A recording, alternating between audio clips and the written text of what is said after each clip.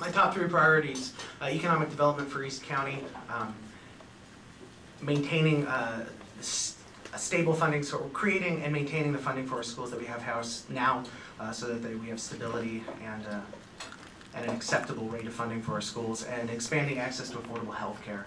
On the last point, I think it's very important that we start to serve our vulnerable populations, seniors, making sure that we work to keep our seniors in their homes and not force them into bankruptcy, as often happens before they can be qualified for long-term care, making sure that children, as much as possible, can be insured, and making sure that we as a community take care of our mentally ill constituents, making sure that we deal with the vulnerable populations and those people that I think are oftentimes overlooked.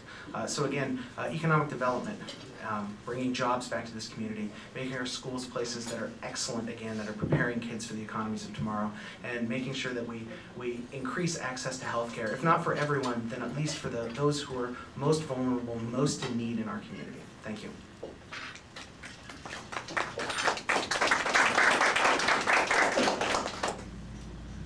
It's hard to come up with just three, but I'll try because I only get 1 minute and I'm being docked.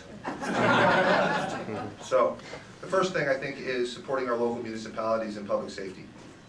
Getting the resources that they need to protect our neighborhoods and our communities, because without protecting our neighborhoods and communities, we can't have effective schools, and we can't have a sense of optimism and empowerment with our young people, and that's really, really important to me. So, making sure that we have the resources locally for our gang enforcement units and our public transportation protection on the MAX and the light rail.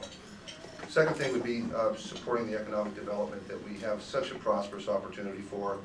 I really support what's going on in Troutdale and Fairview and Wood Village around the development of the area down the Columbia, encouraging other businesses to come in and help us create family wage jobs and real opportunity.